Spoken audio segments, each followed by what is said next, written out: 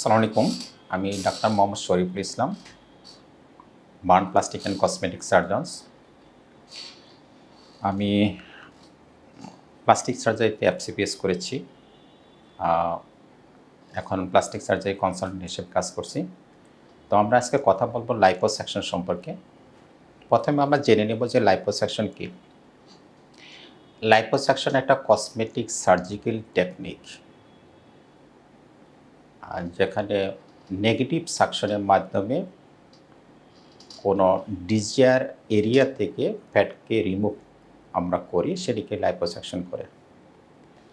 Liposuction দুই ধরনের হতে পারে, একটা হলো ইনভেসিভ, একটা হলো যে নন ইনভেসিভ। আমরা সেটা একটু পরে আসবো। অনেকে মনে করে থাকে যে লাইপোসাকশন একটা ওয়েট রিডিউসিং বা ওয়েট রিডাকশনের একটা প্রসিডিউর। তো আমরা এক্ষেত্রে একটু বলে রাখছি যে লাইপোসাকশন আসলে ওয়েট রিডাকশন প্রসিডিউর না। সাধারণত হলে যে এক্সেসিভ ওয়েট যখন থাকে, সে ওয়েট রিডাকশনের পরে কিছু কিছু এরিয়াতে অ্যাসিমেট্রি থাকে বা accumulation of the fat still থাকে, সেই ফ্যাটটাকে আমরা একটা লাইপোসাকশনের মাধ্যমে রিমুভ করি। সেটি হলো লাইপোসাকশনের আইডিয়াল ক্যান্ডিডেট। এটা আসলে ওয়েট রিডিউসিং প্রসিডিউর না, এবং আইডিয়াল ক্যান্ডিডেট হলো তারাই যারা একটা আইডিয়াল স্ট্যান্ডার্ড ওয়েটে থাকে। সাধারণত দেখা যায় যে ওয়েট রিডিউসিংয়ের পরেও লোয়ার অ্যাবডোমেনে ফ্যাট কালেকশন থাকতে পারে। সেই ক্ষেত্রে আমরা অ্যাবডোমেন থেকে আমরা ফ্যাট লাইপোসাকশন করি। হিপস, থাই, অ্যাঙ্কেল, কাপস, ব্যাক, ইভেন নেক থেকে আমরা নেক ফেস থেকে লাইপোসাকশন করি। অনেক সময় লাইপোসাকশন আমরা ট্রিটমেন্ট প্রসিডিউর হিসেবে ব্যবহার করতে পারি। যেমন হলো যে লিম্ফেডিমার ক্ষেত্রে সাধারণত ফ্লুইড অ্যাকুমুলেশন হয় beneath the skin and subcutaneous tissue, যার কারণে লিম্ফটা অনেক সোয়েলিং থাকে। সেই ক্ষেত্রে আমরা হলো যে লাইপোসাকশন করে ট্রিটমেন্ট করতে পারি লিম্ফেডিমার ক্ষেত্রে। গাইনোকোমাস্টিয়া এক ধরনের ডিজিজ, যেটা পুরুষদের স্তন বড় হয়ে যায়, সেটা হলো লাইপোসাকশনের মাধ্যমে আমরা ট্রিটমেন্ট করে থাকি। এবং কিছু টিউমার আছে, যেটি ফেটের টিউমার, লাইপোমার মাধ্যমে লাইপোমাকে আমরা লাইপোসাকশনের মাধ্যমে রিমুভ করতে পারি। তবে এটা হলো যে আমি মনে করি যে একটা আইডিয়াল প্রসিডিউর। কারণ হলো যে একটা লাইপোমা একটা পেশেন্টের পোজ অনেক থাকে শরীরে, সেটা আমরা সিঙ্গেল পোর্টের ইনসিশন দিয়ে আমরা হলো যে 4 থেকে 5টা একইভাবে নিয়ে আসতে পারি। এর কারণে হলো যে আমাদেরকে প্রসিডিউরটা খুব সুন্দর কসমেটিক্যালি অ্যাকসেপ্টেড হয়ে যায়। অনেকে মনে করে থাকে যে কোশ্চেন করে থাকে যে লাইপোসাকশন কি একটা হলো পার্মানেন্ট প্রসিডিউর কিনা। হ্যাঁ, লাইপোসাকশন করার পরে আবারও হতে পারে, তাড়াতাড়ি হতে পারে। আমাদের হলো লাইপোসাকশন করার পরে ওয়েটটাকে একটা স্ট্যান্ডার্ড পর্যায়ে রাখতে হয়। আপনি যদি আবারও ওভারওয়েট হয়ে যান, সাধারণভাবে বডিতে কিছু হলো যে ফ্যাট থেকে যায়, সেটা ফ্যাটটাকে আবারও ভলিউম এবং সাইজে বাড়তে পারে। আমরা তো যে সমস্ত ফ্যাটটিকে লাইপোসাকশনের মাধ্যমে নিয়ে আসতেছি সেটা তো শেষ হয়ে গেল, কিন্তু বডিতে কিছু পরিমাণ থাকতে পারে। আপনি যদি কন্টিনিউয়াস আপনি ওভারওয়েট হতে থাকেন, সেই ক্ষেত্রে হলো ফ্যাট বেড়ে যেতে পারে। দ্যাট ইজ হলো যে আবারও হতে পারে ফ্যাট। আমরা লাইপোসাকশন যেহেতু একটা টেকনিকের আগে কিছু পেশেন্টকে আমরা ইভালুয়েট করি, যে ইভালুয়েটের মধ্যে 3টে বিষয় সাধারণত দেখি। একটা হলো যে পেশেন্টের ওয়েট কেমন, যে স্ট্যান্ডার্ড ওয়েটে আছে কি না। দ্যাট ইজ আমরা হলো 30% অফ দ্য স্ট্যান্ডার্ড ওয়েটকে অ্যাকসেপ্ট করি। কোনো মেডিকেশন খাচ্ছে কিনা, বিশেষ করে যে ব্লাড থিনিং প্রোডাক্ট যেমন NSAID অথবা ইকোস্প্রিন, অ্যাসপিরিন, এই সমস্ত ট্যাবলেটগুলোকে আমরা অ্যাভয়েড করে থাকি। তা নাহলে যে ব্লিডিং হতে পারে। আরেকটা পেশেন্টকে আমরা সাধারণত প্রি অপারেটিভ কাউন্সেলিং করে পেশেন্ট কোন কোন এরিয়াতে চাচ্ছে এবং পেশেন্টের কোন কোন জায়গাটা সুইটেবল হবে লাইপোসাকশনের জন্য, সেটাকে আমরা মার্কিং করি। এই সাধারণত 3টা পয়েন্ট আমরা খেয়াল করি যে pre operative marking. Liposuction procedure আসলে অনেক ধরনের প্রসিডিউর আছে। আমরা এর আগে বলেছি, একটা হলো ইনভেসিভ প্রসিডিউর, একটা হলো নন ইনভেসিভ প্রসিডিউর। আচ্ছা, নন ইনভেসিভ প্রসিডিউর হলো যে সাধারণত স্মল এরিয়াতে যেখানে আছে ফ্যাট, সেটার মাধ্যমে আমরা করে থাকি। সেটা হলো যে 3টা প্রসিডিউর সাধারণত আছে। একটা হলো ক্রায়োলাইপোলাইসিস, যেটা কোল্ড স্কাল্পিং নামে পরিচিত। ক্রায়োলাইপোলাইসিস অতিরিক্ত ঠান্ডাজনিত কারণে ফ্যাট সেলটাকে মরে যায়, পরবর্তী এটা বডি থেকে বের হয়ে আসে। আরেকটা আছে রেডিও ফ্রিকোয়েন্সির মাধ্যমে যেটা বলা হয় যে সাধারণত বডি টাইট বলা হয়। বডি টাইট হলে যে রেডিও ফ্রিকোয়েন্সির মাধ্যমে ফ্যাট সেলকে ভাঙা হয় এবং পরবর্তী এটা আলটিমেটলি বের হয়ে আসে। এবং ইদানিংভাবে একটু মোর পপুলার হলো স্মার্ট লাইপোলাইসিস, যেটাকে বলা হয় লেজার লাইপোলাইসিস।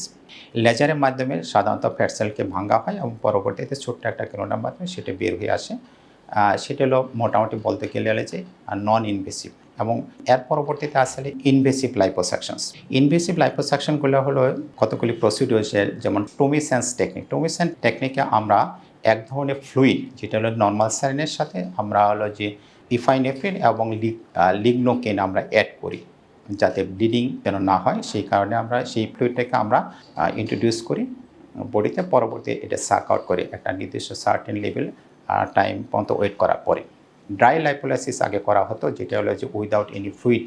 ড্রাই লাইপোলাইসিস এখন আর বেশি করা হয় না, কারণ এটাতে একটু কমপ্লিকেশনের রেট বেশি। আরও কিছু প্রসিডিউর আছে, যেমন আল্ট্রাসোনিক অ্যাসিস্টেড লাইপোলাইসিস এবং লাইপোসাকশনস। আর এখানে আল্ট্রাসাউন্ড ওয়েভের মাধ্যমে ফ্যাট সেলকে ভাঙা হয় ছোট্ট একটা কেনোনার মাধ্যমে, এবং পরবর্তী এই কেনোনার মাধ্যমে সাক আউট করা হয়, সেটা হলো আল্ট্রাসাউন্ড অ্যাসিস্টেড লাইপোসাকশন। পাওয়ার অ্যাসিস্টেড লাইপোসাকশনস, যেটা হলো যে আমাদের একটা স্ট্যান্ডার্ড মেশিন আছে, যে মেশিনের মাধ্যমে থ্রো অ্যান্ড ফ্রো মুভমেন্টের মাধ্যমে ফ্যাট সেলকে ভাঙা হয় এবং এটা পরবর্তী লাইপোসাকশন করে নিয়ে আসা হয়। এই ওভারঅল টাইপগুলো হলো যে লাইপোসাকশনের প্রসিডিউর। আমরা এখন আসি যে এটা লাইপোসাকশনটা কীভাবে করা হয়। টুমিসেন্স পদ্ধতিতে সাধারণত যে ফ্লুইড আছে, স্ট্যান্ডার্ড ফ্লুইড, যেটা নর্মাল স্যালাইনের সাথে ইফাইনেফ্রিন প্লাস লিগনোকেন, সেটা আমরা ইন্ট্রোডিউস করি। এটা আমরা সাধারণত হলো যে দুইভাবে করতে পারি, যে একটা যদি ছোট্ট পরিমাণ হয় সাধারণত অফিস প্রসিডিউর, এটি সাধারণত লোকাল অ্যানেস্থেসিয়ার মাধ্যমে ওইটুকু নিয়ে আসি, এবং এটা হলো সিম্পল 10 থেকে 20 মিনিটের মধ্যে হয়ে যেতে পারে। অনেক সময় যদি একটু লার্জার এরিয়াতে হয়, সেই ক্ষেত্রে আমরা লোকাল অ্যানেস্থেসিয়া দিয়ে এটা একটু বেশি সময় লাগতে পারে, আধা ঘন্টা থেকে 45 মিনিট লাগতে পারে লাইপোসাকশন। এবং যদি এরিয়া পরিমাণ বেশি হয়, সেই ক্ষেত্রে আমরা হলে অ্যানেস্থেসিয়া দিয়েও করি। সেই ক্ষেত্রে হলে সাধারণত হলো পেশেন্ট যদি থাকতে হয় একটা দিন থাকবে, হসপিটালে স্টে করবে এবং একদিন পরে সে চলে আসবে। তাহলে আমরা হলে যে অ্যানেস্থেসিয়ার ক্ষেত্রে রিজিওনাল অ্যানেস্থেসিয়া, লোকাল অ্যানেস্থেসিয়া এবং জেনারেল অ্যানেস্থেসিয়া, 3টে অ্যানেস্থেসিয়া প্রয়োগ করতেছি। সেটা হলো যে কতটুকু এরিয়া পেশেন্টের ইনভলভ, সেটার উপর ডিপেন্ড করে। কমপ্লিকেশনে যদি আসে, যে কমপ্লিকেশন যেহেতু একটা সার্জিক্যাল টেকনিক, সুতরাং কমপ্লিকেশন থাকবে, এটি স্বাভাবিক। তবে এই সমস্ত টেকনিক আমরা বিবেচনা করি হলে যে সার্জারিটা করি। সেই ক্ষেত্রে লাইপোসাকশনের ক্ষেত্রে কিছু কমপ্লিকেশনের মধ্যে যেমন ব্লিডিং হতে পারে, হ্যামাটোমা হতে পারে। সে ব্লিডিং হ্যামাটোমা না হওয়ার জন্য আমরা আগেই প্রিকশন নিয়ে থাকি, যে আমরা এক ধরনের ব্লিডিং না হওয়ার জন্য আমরা টুমিসেন্স ফ্লুইডটাকে ইন্ট্রোডিউস করে 7 থেকে 9 মিনিট পর্যন্ত অপেক্ষা করে, পরবর্তীতে এটা সাক আউট করি। এবং অপারেশনের পরে আমরা সাধারণত এক ধরনের কম্প্রেশন ডিভাইসেস ইউজ করি, ব্যান্ডেজ ইউজ করি। সেই ব্যান্ডেজের কারণে ফ্লুইড অ্যাকোমোডেশন বা ব্লিডিং হতে পারে না। সেরাস ফ্লুইড অ্যাকোমোডেশন হতে পারে। সেরাস ফ্লুইড অ্যাকোমোডেশন যেন না হয়, সেই ক্ষেত্রে আমরা এই কম্প্রেশন ডিভাইসটা কাজ করবে, যে অপারেশনের পরে আমরা এক ধরনের ব্যান্ডেজ দিয়ে থাকি। পেশেন্ট হলো সেন্সেশন বা নামনেস কমে যেতে পারে, যেটা হলো খুবই টেম্পোরারি প্রসিডিউর, টেম্পোরারি 2 সপ্তাহের মধ্যে সাধারণত ফুল রিকভারি হয়ে যায়। এছাড়া আর কিছু কমপ্লিকেশন হতে পারে, যেমন ডিপ ভেন থ্রম্বোসিস হতে পারে, লোকাল অ্যানেস্থেসিয়া কোনো কমপ্লিকেশন হতে পারে। আমরা যদি বলি যে আফটার প্রসিডিউরের পরে আমরা কী করব, বা প্রসিডিউর সাধারণত কমপ্লিট প্রসিডিউরের পরে সাধারণত পেশেন্টকে আমরা হলে প্ল্যান্টি অফ ফ্লুইড টিক করতে বলি, মুভমেন্ট করতে বলি, এবং হলো যে কম্প্রেশন ডিভাইস বা ব্যান্ডেজটাকে আমরা রাখতে বলি 2 থেকে 4 সপ্তাহ পর্যন্ত, যে রিমডেলিং, টিস্যুকে রিমডেলিং হওয়ার জন্য। আর সিম্পল প্রসিডিউরের মধ্যে সব কিছু হয়ে যাবে ইনশাআল্লাহ। Thank you.